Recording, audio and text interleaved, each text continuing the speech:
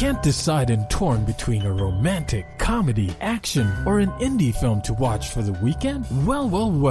Golden State Media Concepts Movie Podcast is your ultimate guide to the latest movies. Join us as we dissect the latest on the blockbusters. It's the Golden State Media Concepts Movie Podcast.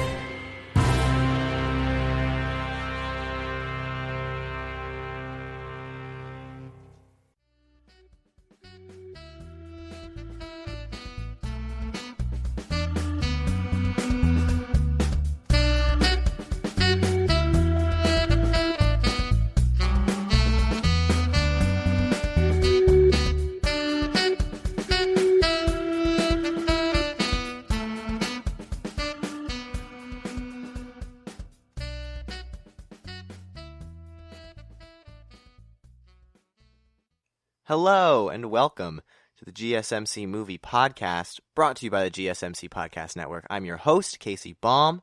I hope that you're all having a wonderful week, wonderful Wednesday. Today is Wednesday, September 30th, which means we're almost into October, my favorite movie month, just based on the genre that I like to watch. But that's not what we're talking about on this episode. This episode is going to be a complete 180. I tend to do this like once or twice a month, some sort of a romantic themed episode, and that's kind of what today is. It's a lot looser than it normally is. I mean, lots of movies have love stories, so this episode is no different. The first movie that I watched is specifically a rom-com, a romantic comedy, and I got to go to the movies again. So this is the Broken Hearts Gallery. That's the new movie that I watched this week. My weekly watch is a movie that I had never seen before. Me and my friends got together to watch it. They wanted me to see it, which is Twilight, which I guess kind of works with October. So that was definitely fun to watch. And then my weekly recommendation is a movie that I've been wanting to recommend for a very long time. And because we're moving into October and I intend on mostly doing horror movies then, I don't know if I'm going to get to talk about for a while. So I figure I would just talk about it on this episode. And that is Scott Pilgrim versus the World. Technically a love story, technically a romantic comedy, but definitely a lot more facets there. And then the final segment on this episode, because I have a theme for next week that I want to do, I wanted to get the movie news out of the way first. So the final segment is movie news for September of 2020. There was definitely some interesting things that went on, and I wanted to run it down for you guys. So that is today's episode, and let's get started. All right, so the first movie that I am talking about on this episode is The Broken Hearts Gallery. This is a brand new movie in theaters right now. It stars Geraldine Viswanathan and Dacker Montgomery, directorial debut by Natalie Krinsky, and it basically follows a young woman named Lucy, well, 20-something woman, so not like a teen. This is not a teen rom-com. So a woman in her 20s, after a breakup, decides to start an art gallery where she displays items from other people's broken relationships. So a really great premise. I really liked this idea, and I have to say I enjoyed the trailer. I don't think I really had any high expectations because the reviews weren't all that great, and it kind of seemed like the execution might be somewhat of a generic rom-com, which can always be fun. There's definitely nothing wrong with that, but I wasn't expecting anything revolutionary here, despite how interested I was in the overall plot. I have to say that even with no expectations, I was somewhat disappointed. Is it a terrible, terrible movie? No. Is it a very good movie? Also no. I didn't love the movie, but it did have some merits to it. It was trying, and I can give it props for that, and there are some things that I can give it props to. So it basically follows the two actors that I mentioned who play Lucy and Nick, but it also follows Lucy and her two roommates back from high school, and they just so happen to live together in New York now. And so there's two very distinct relationships going on. There's her romantic relationships and her platonic relationships. So she has a relationship with Nick, but she also has a relationship with a guy named Max in the beginning of the movie that kind of propels the entire story forward. So that's one very specific relationship dynamic, whereas she has her friend relationship with two women named Amanda and Nadine. And so there are two very distinct kind of stories going on in her life along with her work relationship or just her work endeavors, and that's a whole nother thing. But I wanted to bring the two platonic and romantic relationships up first because there's a lot of chemistry involved there. You have to have really solid chemistry. And I actually think, so her and Max are not really together long enough to establish any sort of chemistry. They're together in the beginning of the movie, and then there's a portion in the middle where they, you got to have your relationship ups and downs in movies like this, and so they kind of get back together / start talking again. So there's a little bit there, but there's just not a lot of time for the filmmaker to establish that relationship. So that one really doesn't matter. Her chemistry with Nick, however, Dacker Montgomery, is quite good. I actually really bought their relationship, and I liked how we knew from the start that they were going to get together. They're on the poster. We know that that's the romantic relationship this movie is revolved around. And so the fact that we have to somewhat wait for their relationship to actually blossom and get going, I think works here because we buy their chemistry and we understand that this is where the movie is going. And they work really well on a friendship level first before they actually start to get going in a relationship. So I think that dynamic between those two works really well. However, I think this movie wanted to be even more than just that romantic relationship, which is why they had such a strong emphasis on the three main female characters. And I have to say, the chemistry, this might have been just a personal preference. I went to go see it with a friend, and she didn't necessarily agree with me. I didn't think that the chemistry between those three worked all that well for me. It just felt very structured. It didn't feel like they knew each other for that long of a period of time because they seem as though they were friends since high school, potentially even earlier. So it just really, I didn't buy that they were best friends. A lot of their interactions are somewhat robotic. Amanda and Nadine, I think, work together because they're kind of a duo dynamic. Like, they're never in a scene. It's never just one of them. So they work pretty well. But just with Lucy, for some reason, I just didn't buy that relationship. And then the acting across the board is pretty mediocre. It's not terrible, and I have to say I've seen a lot of these actors in other things, in other movies, and they're pretty good in those things. So I have to say that I think they're doing their best with the dialogue. Maybe it's the directing. It's a directorial debut, so sometimes that can lead to wonky performances. Some things aren't as clean as they could be with a more seasoned director. But I want to give her the benefit of the doubt. And she wrote it as well, so I'm going to knock her for one of the two things at the very least. I don't think the script is very good. There's some pretty cheesy lines, and I think the actors are doing their best with those lines, but sometimes it just doesn't come out as a really solid performance. So then we get on to the screenplay, which has those poor lines. And we're going to talk about the lines in a little bit. Actually, maybe we won't. It's just not very well written. But I think the movie is just a little bit too long. It's pretty short. It's like an hour and a half, maybe an hour 40. I think it's an hour 40. And it feels like 2.5 hours. It feels very long. I went to go see Tenet, 2 weeks ago? And that felt infinitely shorter than this movie. This movie felt like the runtime of Tenet, and Tenet felt like the runtime of this. I think it's just because there's some pretty obvious cushioning for the story. Like, there's some places where the story didn't need to go that just needed to elongate the script and make sure the script was 100 pages or whatnot.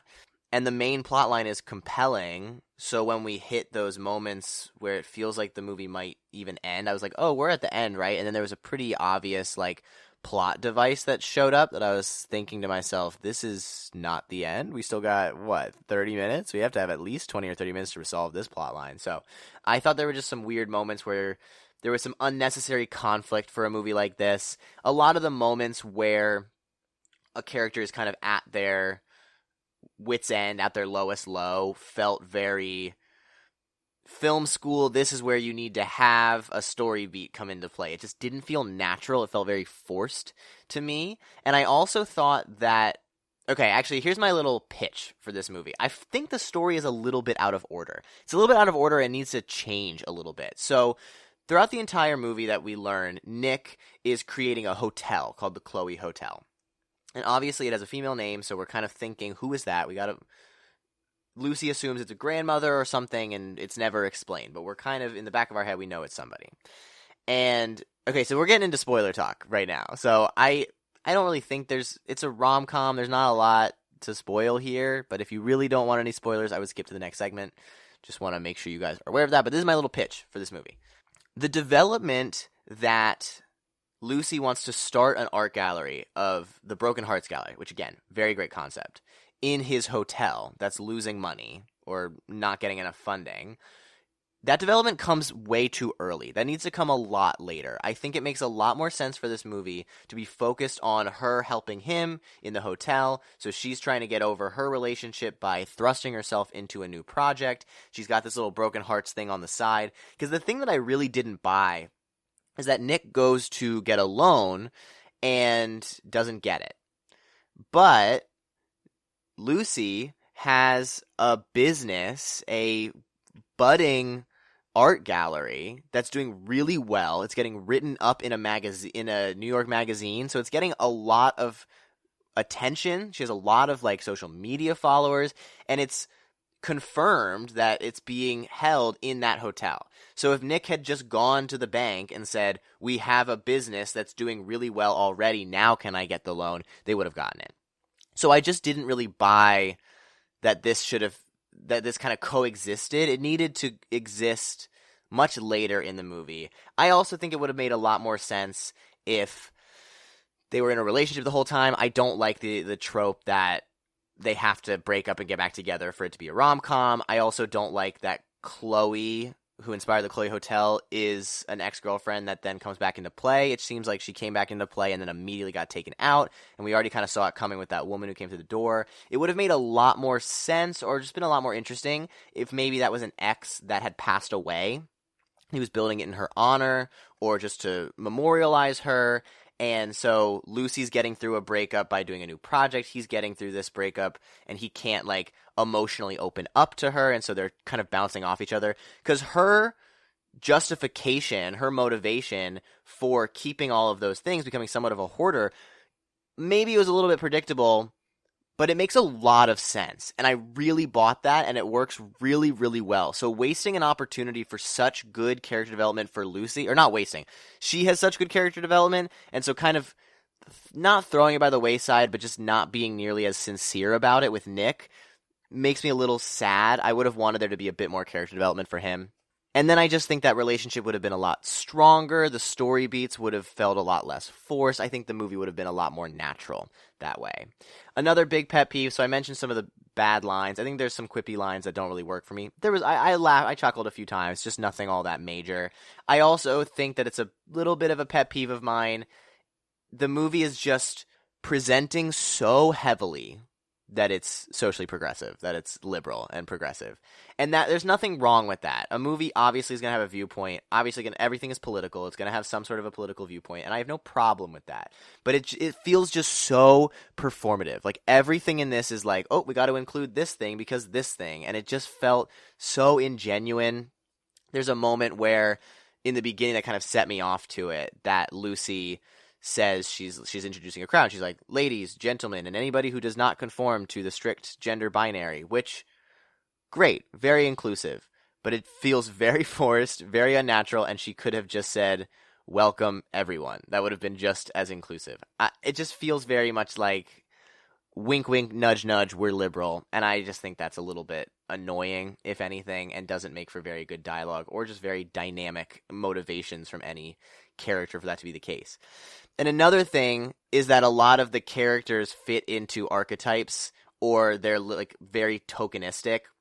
So many of you may know this, but a token character is somebody who is a minority or a character of an underrepresented community who solely exists to just be that and doesn't really have any strong character, any strong traits, is pretty one-dimensional, two-dimensional, is just to serve some little progressive brownie points.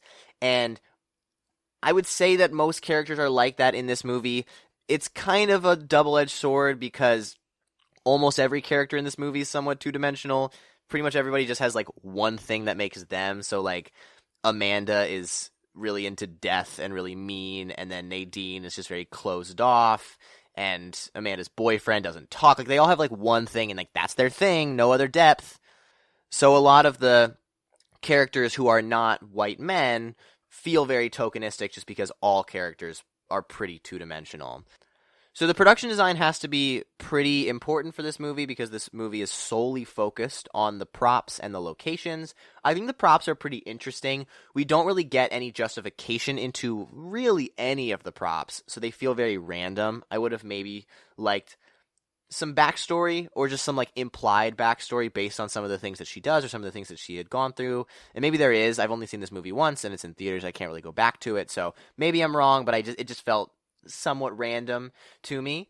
The sets, however, are really excellent. So there's pretty much an apartment set and a hotel set. And I mean, there's obviously like the exteriors and there's like a restaurant and things like that. But I really liked the hotel set. It develops really nicely throughout the movie. Even though some of those props feel kind of random too, it does feel very modern. It feels like something that Nick might have created and been influenced by Lucy. So I really like the dynamic of that set, and I think it works really well in context of the movie.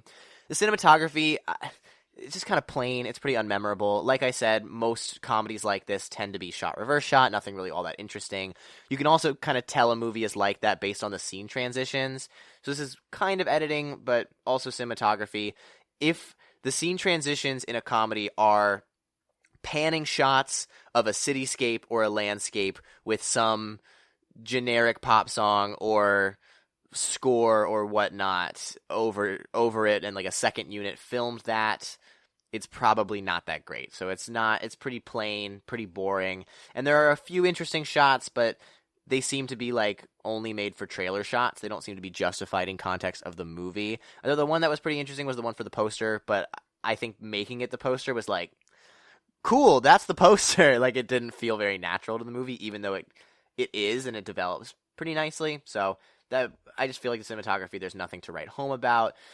The editing, like I said, I think the structure of the movie is somewhat poor. I think it should have been a bit restructured. Some of those scenes go on too long. The movie itself feels too long, so it should have been cut down a little bit. There's some subplots I think that could have been trimmed that would have made that a bit shorter. And then also, this is just, I don't want to like come at this movie, but it just feels very lazy to me when you want to develop a character relationship and you go into a montage. Montages are great, and I think they can be used really excellently. And if a character, and characters are, sorry, I'm getting a little heated. If characters are already building chemistry, that's a good way to emphasize things. But in this movie, specifically between Lucy and Nick, the scene where we're about to get any sort of chemistry and any sort of like romantic involvement is when they start the montage. And I really would have wished that they kind of held back on that, did it a little bit later, or just didn't do it at all. Their chemistry works really well when they're in scenes together, so I think that we didn't even need the montage, and that also would have trimmed down the run time. So that's just, I think, a poor, somewhat lazy filmmaking decision. The score, also pretty generic, nothing to write home about as far as a rom-com score. It's pretty light, it's pretty peppy at times, and then sad at times. It's kind of telling you how to feel. The one thing that I thought was really odd is there was a moment in this movie where it's like the first instance they play a recognizable song. It's like halfway through the movie. They haven't established that recognizable songs are like a part of this universe or work in context of the movie. And it's like a low point for the characters, and they randomly start playing this Billie Eilish song, and me and my friend like burst out laughing. It was absolutely laughable. Did not work. I really wish they had held back on that. Maybe established pop songs earlier in the movie, or didn't do them at all, or had them like once to emphasize a point. And here it just seems like we have the rights to this song, let's put it in, but it just felt so unnatural. So directing, this is a directorial debut. I've said that a few times, by Natalie Krinsky. She has written a few things, so she definitely has been in the industry for a little bit. I have to say that I really liked, this feels very patronizing. I promise it's not. I really like the effort here. I think there is a lot of really great stuff here, specifically in the story. There's some really excellent chemistry. Maybe some casting should have gone a little bit differently. I just don't really know what went wrong in some of the moments where there's little chemistry. I think the writing needed to be cleaned up a little. So there's just like everything needs to be a little bit trimmer, and I think I can forgive it a little bit because it is a first-time outing as far as directing goes. So that's kind of where I'm at. I enjoyed it. I had a good time. I'm glad that I saw it. It was fun. And it wasn't the best movie ever, but it didn't really need to be, and I feel like Natalie Krinsky probably has a very bright future ahead of her, and so I'm going to give this movie a strong 4 out of 10. Like I said, not my cup of tea, not my favorite, but there are a lot of components that are really excellent here, and I want to give it credit where credit is due.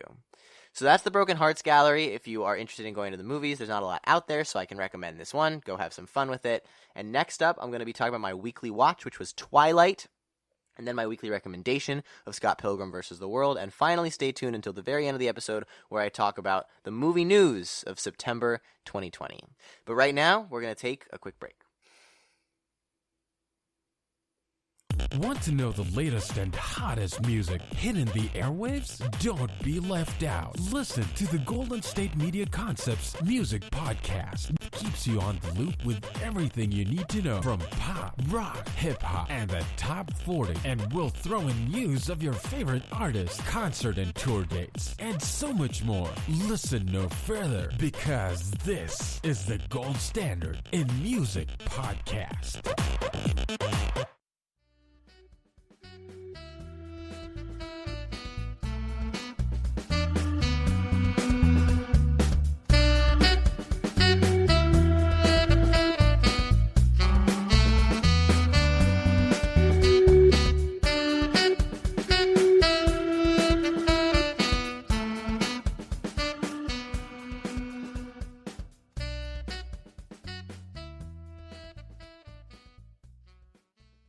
Welcome back to the GSMC Movie Podcast. I'm your host, Casey Baum. If you're just tuning in or skipping around a little bit, I've just given my review of The Broken Hearts Gallery. I'm now going into my weekly watch of Twilight, and then my weekly recommendation of Scott Pilgrim vs. the World. And stick around until the very end of the episode where I talk about all the movie news of September 2020. So right now is Twilight. So I was pretty young during the height of Twilight fandom. So this movie came out in 2008, and this kind of kicked off the real amount of intensity among fans and just being a huge part of the culture. Obviously, the books were popular, got made into a pretty big movie, and then post this, it just absolutely blew up. And so I was definitely around, alive, but I was pretty young. I was also a boy, so social norms dictated that I would not read this, and I never did.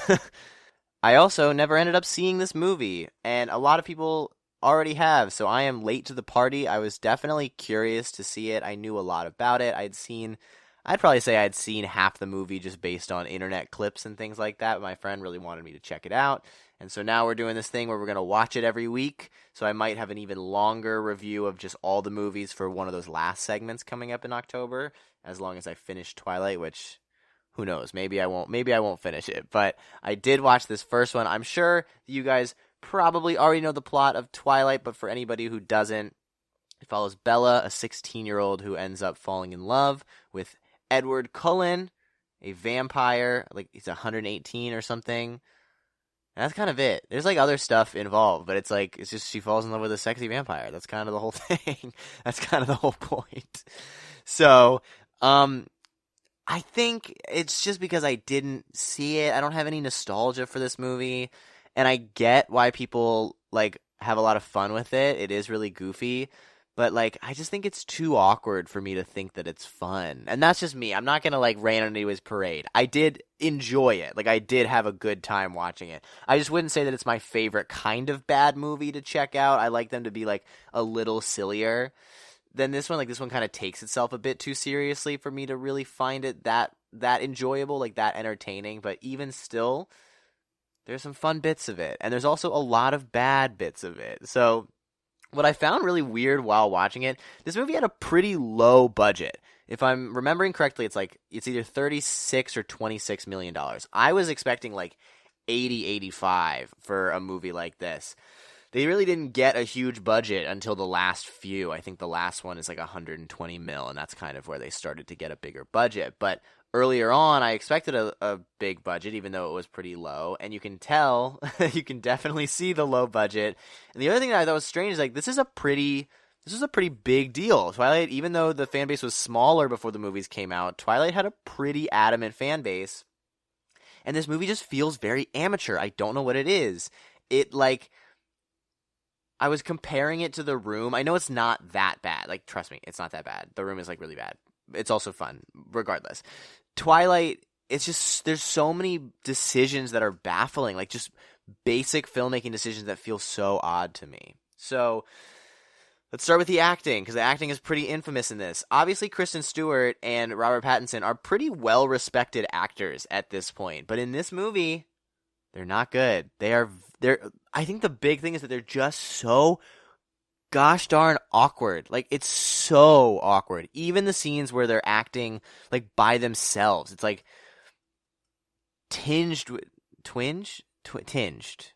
singed. I don't know. Sorry. With this teenage angst that feels like a 30-year-old wrote it. Like, it doesn't feel like actual genuine teenage angst. And then when they're with each other, like, they don't really have any chemistry. It's just like they have this weird infatuation with each other, and it's, oh my god, awkward is the only way to describe it. And I think some of it comes down to the directing, because there are scenes in which they do okay. I mean, Robert Pattinson not as much, but there was a scene or two with Kristen Stewart and like her dad or something where I was like, this isn't bad. Like, she's doing pretty well. Like, you can tell that they're good actors, and that's why I think a lot of it boils down to just some of the directing, like just some of the choices behind the camera as to why their interactions are so awkward. Like, I get that it's a love story and they don't know if they like each other yet, and it's awkward because it's teenage years, but it's just too awkward for that, if that makes sense. I also, like, personally just didn't find the acting all that fun. I think actually, I take that back. Because it's so awkward, I didn't find it that fun. Some of it, though, I liked. Anna Kendrick is very funny in this movie, like, unironically funny. She's just, like, so, like, she does not fit in this movie at all. She's, like, so peppy and just hanging out. She's just chilling, and she makes all these, like, quippy lines, so she's a lot of fun. I also think that other than Edward, all the vampires, or like the good vampires, the Cullens, are like pretty enjoyable. They're pretty fun, and they have some good rapport with each other. So I thought that, like, overall the acting wasn't terrible. It's just that the main two is just so cringy to watch. So then we get into the screenplay. So this screenplay, first of all, was written by Melissa Rosenberg, who wrote and created Jessica Jones, which is a phenomenal television show. And this movie is just, like, not well written at all. And I love Jessica Jones. So obviously there's some skill that got added here in her career. But this script, I mean, I guess a lot of it is based on the book, clearly, so there's not a lot of, like, story beats that you can really change because the fan base was so intense. I don't know how much they did. I'm sure they did some, but much like the Harry Potter movies, I'm sure it's a lot of just sort of, like, word-for-word recreations. I do think the opening isn't terrible. Okay, well, first, actually, hold on. The voiceover is annoying. I think the voiceover is lazy. I don't think we need any window into Bella's monologue, like inner monologue. We kind of understand where her head's at most of the time. So, but I think overall the beginning isn't terrible. I like the setup between Bella and Edward. Just like plot wise, I think it makes sense. It's relatively interesting. I like the whole thing of, like, her starting to realize that he's a vampire. I don't like that it's discovered online. That also feels kind of lazy and just, like, spoon-fed exposition. But then the thing that bothers me the most is there's not really a conflict in this movie. Like, in the beginning, at least. So I get that there might be, like, big Twilight fans who are, like, getting on my case because I don't know the plot exactly because this is the first time I've seen the movie. But I understand that it's taboo for Edward to be dating her. Like, I get that vampires can't be dating humans. But the family seems, like, relatively okay with it. Bella seems fine with it. Nobody around the town seems to know or care. And then the conflict kind of comes in, like, these evil vampires that like the hunt, that like the chase, and realize that Bella is a human, so they want to kill her. And that kind of comes in, like, the third act. Like, that should be the central conflict. It's the only real conflict. And it comes at the very end and then gets resolved pretty quickly. I know that there's going to be more conflict as a series, and I get that probably sets things in motion. But in this one, it feels like it comes out of the blue and then goes away pretty quickly. So I thought that was kind of strange to have the conflict come that late into the movie, especially with a movie that already didn't have much conflict. I will say, there is a scene in this movie that is unironically awesome. It is so cool and so fun, and that's the baseball scene. The baseball scene is not only, like, the right amount of goofy and, like, not even poorly written, just, like, silly lines with intense, like, action and, like, a creative premise. I assume that had to be in the book. If it's not in the book, great job to the filmmakers. If it is in the book, great job, Stephanie Meyer. Because it's just such a cool, like, it's like, yeah, they're super strong. Of course they have to play baseball during a thunderstorm. That's crazy. That's awesome. So I will give it props for that. The movie is worth watching just for that scene. Production design seems a little boring. Like, it just doesn't seem like there's a lot of creative choices here. The costumes seem pretty dull and drab. They don't seem to symbolize anything specific with the characters. I personally really like the makeup for the vampires. Like, if the vampires are supposed to be super pale, it looks unnatural, but it's supposed to look unnatural. Like, vampires don't exist. I mean, fingers crossed. Vampires in this context are supposed to be like really pale and feel out of place because they're mythical. So having them look unnatural and feel out of place makes a lot of sense. I also think the glitter and like the sparkles look pretty good. That feels pretty natural as far as like world of the movie goes, and it's like subtle enough but also intense enough that you can understand why they might need to hide. So I actually like the makeup a lot. Costuming, not so much. Makeup, pretty good. Sets, really grandiose. Doesn't seem to have like any bearing on the choices, but the Cullens are obviously like rich. They've been around long enough. They probably have a good amount of money. So having a huge like Frank Lloyd Wright house like checks out. So I liked that, and it's a pretty cool set. So I think the big thing is the costume just felt pretty plain to me.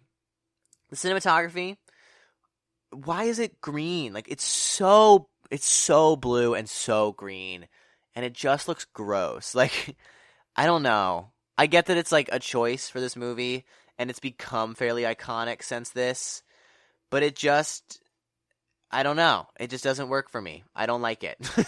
I'm sorry. I know I'm supposed to be a reviewer and be much more objective, but like, it's not my thing. It just looks kind of gross. I also think that the camera work itself is also pretty plain. Like, there's some weird choices for Dutch angles and some weird moments as far as like movements go for the camera work. So the cinematography isn't all that solid, but it's also not terrible. It's just like pretty mediocre. Then the editing comes into play. The scenes work fairly well. I think it's, again, probably a little long. We didn't need that many scenes, especially because the conflict comes so late. Maybe cut out some of the scenes in the beginning, especially before she meets Edward. I don't feel like we need much of that except to set up Jacob, which maybe could have come later. So the editing, I think, isn't bad. The visual effects, though, are crazy. That's where we see the budget come into play. The scenes where Edward is running and the vampires are like running around just looks like I could have done it in not even After Effects. What's like Video Star? I could have done it in Video Star. I know that it's a low budget movie by film Hollywood standards. But maybe just don't have them running that much then, because the makeup looks pretty good. That feels like it works. I don't know. The visual effects are nuts. They're absolutely bonkers. The score, again, nothing memorable. I'm sorry to just say that again. But the soundtrack, on the other hand, fantastic.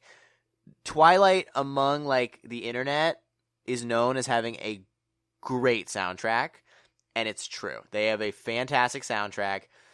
There's both original songs and just well-known, or like relatively well-known pop, indie, alternative songs. Like playing Supermassive Black Hole during that baseball scene, chef's kiss. Wonderful. Absolutely impeccable. So then we get to the directing. Directed by Catherine Hardwicke, who has had a pretty solid career prior to this movie and post this movie. I have to say, though, not a lot of solid choices here. I don't know what it is. I thought the directing on acting was kind of odd. I also just think that there are not a lot of motivated choices here. There are some choices that seem to fit, but there aren't a lot of choices that, I don't know, feel creative and interesting to me. So, don't think it's her best outing. I don't think it's the best outing for a director. And so I have to say, kind of wish I liked this more. I will say that it is fun. I enjoyed it. Watch it with some friends if you haven't seen it already. If you have seen it, watch it again for nostalgia. It's free on a lot of places. I watched it on Hulu, but I think it's on Amazon too. It's like on IMDb TV, which is a thing now as well. But I'm probably going to give Twilight another strong 4 out of 10. Maybe a soft 5. Maybe even a solid 4. It's like around there. So let's strong 4 out of 10. 2 strong 4 out of 10s for this week. But my weekly recommendation, I can spoil it right now. It's a 10 out of 10. It's one of my favorite movies of all time. And that's Scott Pilgrim vs. the World. So stick around for that. And then stay tuned until the very end of the episode where I talk about the movie news of the past month. But right now, we're going to take another quick break. Tired of searching the vast jungle of podcasts? Now listen close and hear this out. There's a podcast network that covers just about everything that you've been searching. Hey! The Golden State Media Concepts Podcast Network is here. Nothing less than a podcast bliss with endless hours of podcast coverage. From news, sports, music, fashion, cooking, entertainment, fantasy, football, and so much more. So stop lurking around and go straight out to the Golden State Media Concepts Podcast Network. Guaranteed to fill that podcast itch.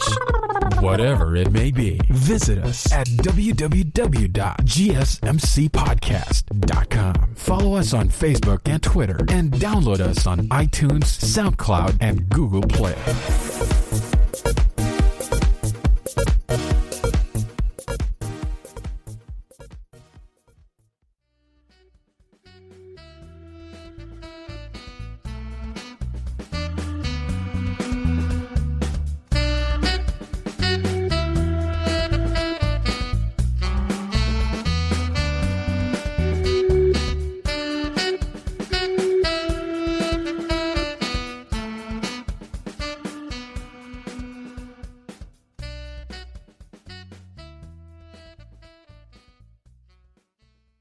Welcome back to the GSMC Movie Podcast. I'm your host, Casey Baum.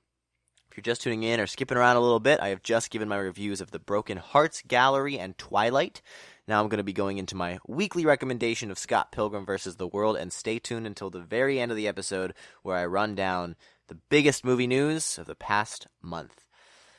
But right now, it's Scott Pilgrim vs. the World, so I don't think there has been a director that I have recommended more than Edgar Wright, and this just so happens to be my favorite Edgar Wright movie. I would be remiss if I didn't talk about this movie at some point, and I'm going into... Actually, I'm just going to say this now. I was going to wait till the end of the episode, but not... Wait, next episode, right? Yeah, next episode is October, and I am a huge horror movie fan, so I am only going to be reviewing horror movies next month. So I hope you like horror movies. Obviously, there are going to be more GSMC Movie Pod episodes to satisfy your fix if you're not a big horror movie fan other than mine. But I love horror movies. That being said, I'm still going to review new movies. So there's always going to be a new movie every episode, whether or not it's a horror movie. There will be some horror movies, but sometimes not. But everything else that I'm going to watch is horror-related. I tend to save horror movies until October and then binge them all in October, so I like just to watch a ton.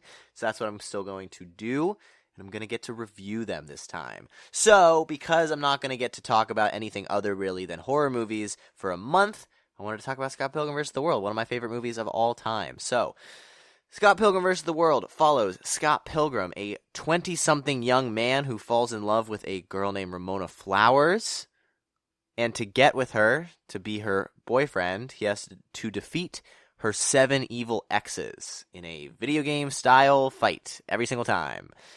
It's super fun. It's super creative. It is based on a graphic novel series, the Scott Pilgrim series. One of the books is called Scott Pilgrim vs. the World, but there's lots of other ones, and a lot of the titles of the books are referenced in the movie because the movie is kind of told in chapters, and you know I'm a sucker for movie told in chapters, but I watched this movie when I was about probably 13, 14 or so. So it's very formative for me. It's definitely a movie that targets that audience. It's for everybody. I think everyone can enjoy this movie, but I think young teenage boys are really going to like this movie, and I was one of them. So then I went on to read all the books, really, really love the books. A little bit of a fun fact is that so there's 6 books. The first book is basically the exact same thing as the movie. The movie copies it to a T. Like, it's the exact same. If you know the movie, basically the kissing scene on the bus is where that book ends. After that, completely different. The series is wholly different. There's obviously like the basic storyline, but there's a lot more characters that are fleshed out. There's a lot of other subplots in it. So I find that very interesting. That being said, to do an adaptation well, in my opinion, you only really have to get the tone correct. And Scott Pilgrim nails it. And Edgar Wright is the perfect person to do it. It's stylized. The book is not colorful. They did it in color at a certain point, but The language is colorful, it's fun, it's exciting, it's just completely over the top and goofy, so Edgar Wright nails it. But let's start with the acting. So the cast of this is insane. The cast did a Zoom read-through, so a lot of film productions, TV productions have reunited to do Zoom read-throughs throughout the past couple months for charity, for COVID-related things, so people can't really get together, and Scott Pilgrim was one of the more recent ones to do it. And everyone on that Zoom call is famous for something or has been in something. I thought there were a few people who hadn't, but pretty much everyone has. The guy that plays the first Evil X was in New Girl, so he was the one that I didn't think was in anything, and then he is. And Brie Larson and Kieran Culkin weren't even on the Zoom call, and it was still a ton of famous people. I mean, Brie Larson and Chris Evans are both in the Marvel universe. It's just everyone is so big in that movie. So they're all really talented. Like, you're not going to get that big if you're not at least somewhat talented. So everyone in this specifically has really great comedic timing. There's a few actors in this who don't do a lot of comedy post this movie. And the timing in this is just so quick, so fun. A lot of it has to do with the editing. I'm sure a lot of it has to do with the directing. But they just have a really great sense of comedy, a really great sense of space and language. And they perform that to a T. They're absolutely fantastic in this. Pretty much everybody. Michael Cera and Mary Elizabeth Winstead are the forefront of this movie, and so they have some really great chemistry. They're really vastly distinct, different characters, so having them interact is always a fun time. And I actually think that everyone in this movie are very distinct characters. Nobody feels like similar to the next person. They all, even if they have sort of like one trait, which is something that I got upset about for Broken Hearts Gallery. First of all, it works here because there's so many characters, and that one trait is used for specifically comedy, not to flesh out the character. And then even still, you get some hints as to what their backstory might be, or you just get some fun moments that flesh out their character a bit more. So I think that they all have some pretty original character art, or just not arcs, because some of them don't have arcs really, but just some really original character traits that are different from one another and set everybody apart. So it's really enjoyable to see everyone on screen, and you never get bored from one specific character. The screenplay is unbelievable. There's so much you had to get done in this movie. Like, if you're signed on to direct this movie, to write this movie, it's all packed into 6 graphic novels. It's hard enough to adapt one graphic novel. Adapting 6 into one movie feels unheard of to me. You have to get through all of the Evil X's. You have to have an arc for everybody. Even though I said some people don't have arcs, those are just the minor characters. You have an arc for the major characters. And you got to have some good comedy and a good love story in the middle of it, and some great action. Like, there's a lot of scenes that don't even have much dialogue because there's just a lot of intense action. They still packed all of it in. It's super quick. The comedy's really quick, really quippy. It's stylistic. It's entertaining. The genre blend, nothing feels out of place. It feels chaotic for a reason, so it doesn't feel like it's discombobulated. It feels like it's actually a whole piece that's just kind of really stylistic and over the top. So the screenplay is one of the best screenplays I could pick out because everything is just so well fleshed out, whether it be in the visuals or in the dialogue.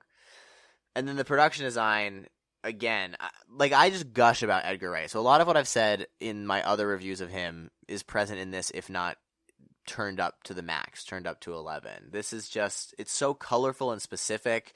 I mean, you look at each X, something in the scene, whether it's what they're wearing or the background, has to do with the number correlated to them. And so subsequently, Scott wears a shirt that says 0 because he's not an X yet, or technically he's the 0X. He also wears a shirt that has an SP on it for Scott Pilgrim, but both of those shirts are actually Smashing Pumpkins shirts, which are similar to the type of music that he and his band makes. So it's just like everything is so specific. Oh, and then there's a point where he wears a shirt that's fantastic. It's the Fantastic Four logo with a little half mark, so it's 4.5, which is a character in that universe. But it's in between the 4th and 5th X. Like, it's just so specific and creative.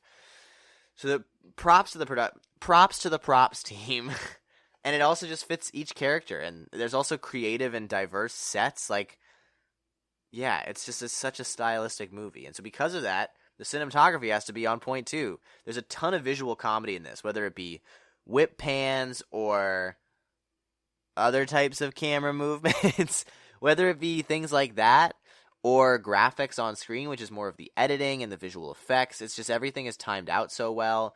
The visual effects also look great. I don't know what the budget of this movie was. I have to assume that it's higher than Twilight, but I also have to assume that it's lower than a lot of other big budget action movies.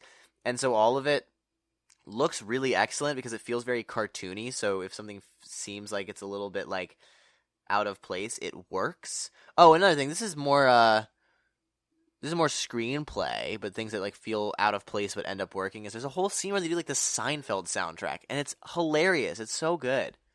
So similarly with the VFX and the visual comedy, the editing is quick.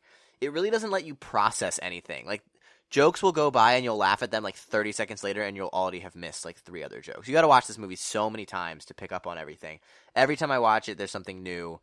Scenes obviously don't overstay their welcome. In fact, they bleed into one another, so it feels like a seamless watch.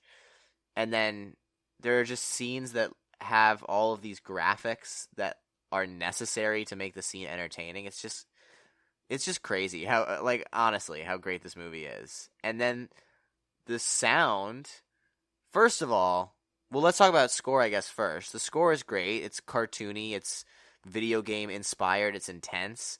And then there's also original music for this. The song by Metric that Brie Larson performs in the movie called Black Sheep I would just put that on my playlist. It's just a fantastic song, and I have put it on my playlist. Although I like the Brie Larson version better, and the Metric version is what's like public, but I think they're releasing a version with Brie Larson soon. Regardless, there's some really excellent original music in it that's both impactful, entertaining, and funny at different times. And the sound design. Oh my god. The sound design is like specific. There's like okay, I'm sorry. I'm losing my mind at how good this movie is. Every action has a sound kind of associated with it, whether it be video game inspired or not. But everything is like equally cartoony and goofy. And it just adds a layer of depth that wouldn't be present if that wasn't the case. So the sound design is just beautiful in this. And then every part of that boils down to the directing. The directing is magnificent. Edgar Wright is just such a phenomenal director, and all of his movies show the amount of time and patience and care that he takes into making a movie like this. So yeah, I'm in love with Edgar Wright, and I'm in love with this movie. Scott Pilgrim vs. the World is a strong 10 out of 10. Like, there's just no way around it. And if you haven't seen it, please do yourself a favor and watch it on Netflix. It's one of my highest recommendations. It's not like my favorite movie of all time, but I think it's one of the most palatable movies. I think everybody can enjoy it. It's just so, so fun. And it's also just an excellent movie. So that's Scott Pilgrim vs. the World. And that's the end of the movie reviews. But stay tuned until the last segment in just a second, where I talk about the biggest movie news of September. I almost said August. Of September 2020. But right now, our final break. Watching TV has changed over time. Streaming has become the new norm. That's why Golden State Media Concepts television podcast dives headfirst to the world of cord cutting. Want to be on the loop of what's hot in Netflix? Or if it's not a preference, what about original shows in Hulu? We've got you covered. Join us as we fill in the blank and talk about movies to stream and what show you should be binging. This is the Golden State Media Concepts television podcast.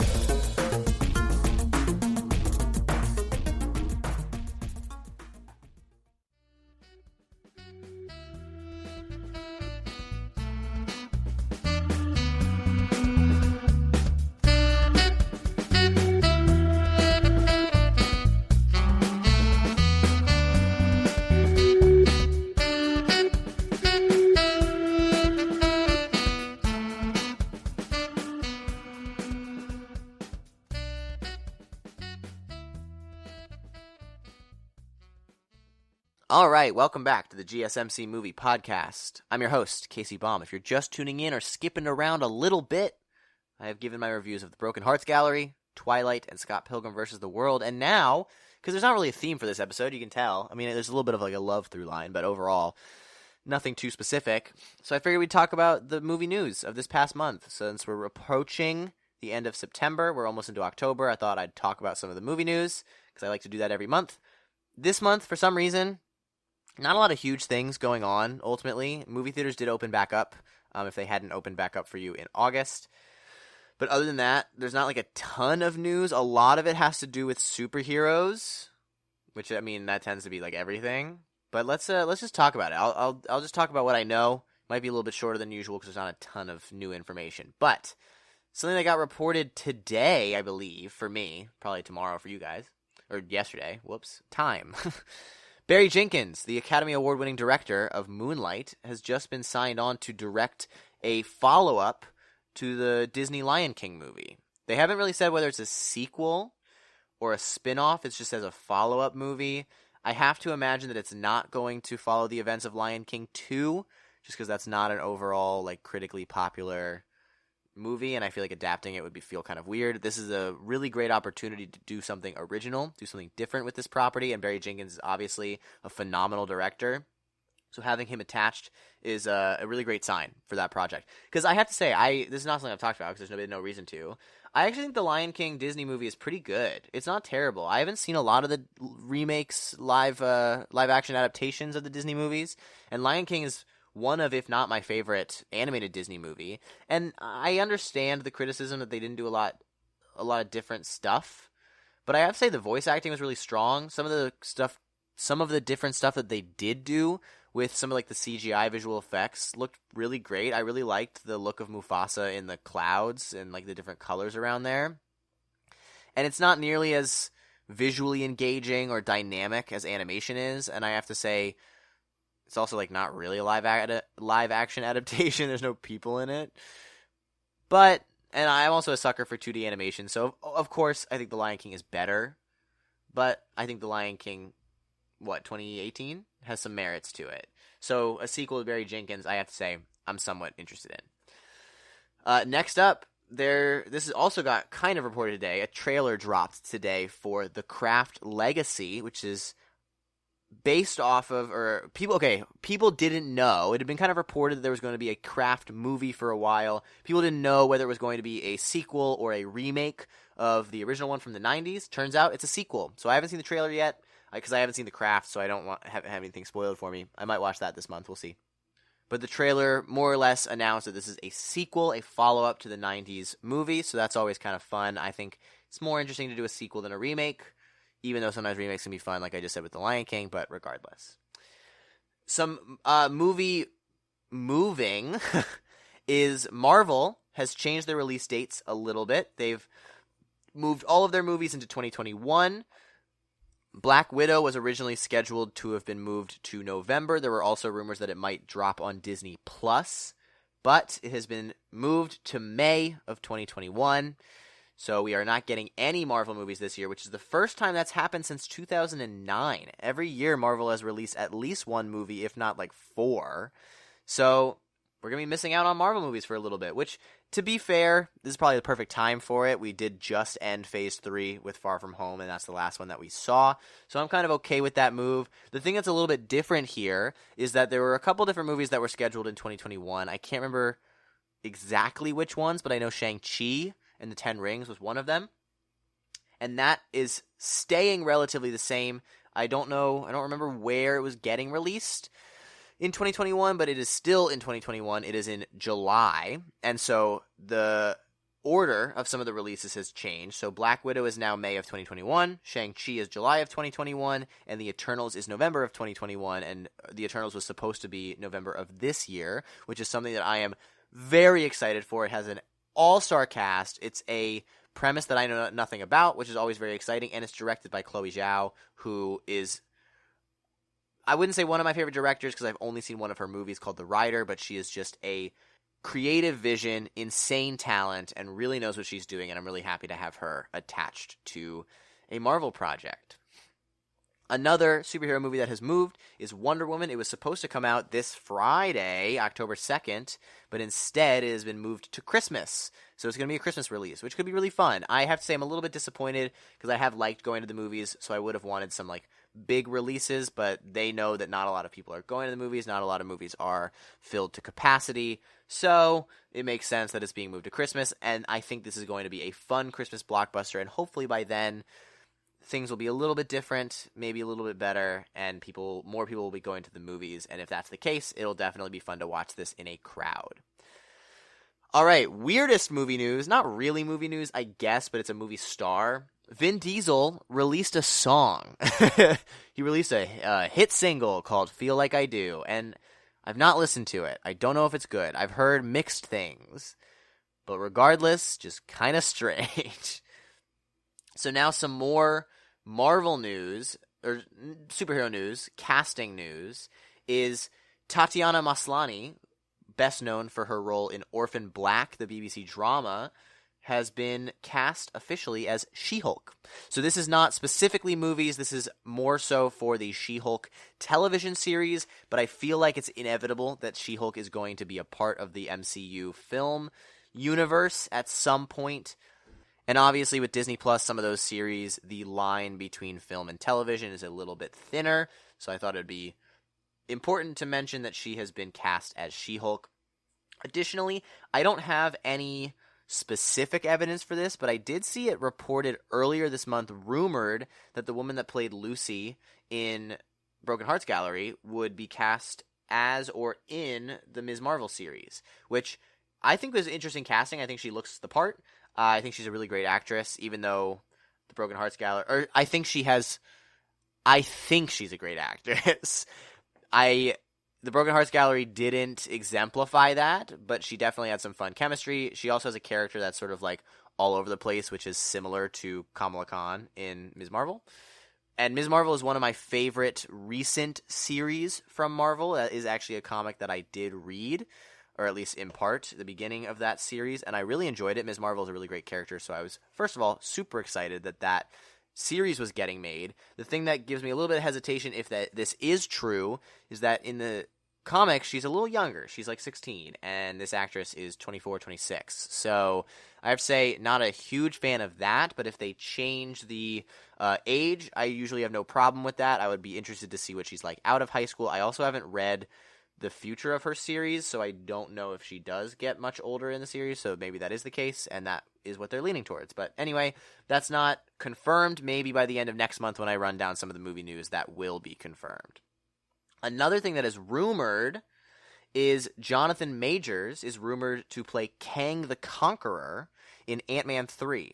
So I don't know much about Kang the Conqueror. He is a big baddie in the Marvel Cinematic Universe. He is a villain, very specific kind of space-oriented villain, but a little bit different than Thanos as far as I am aware.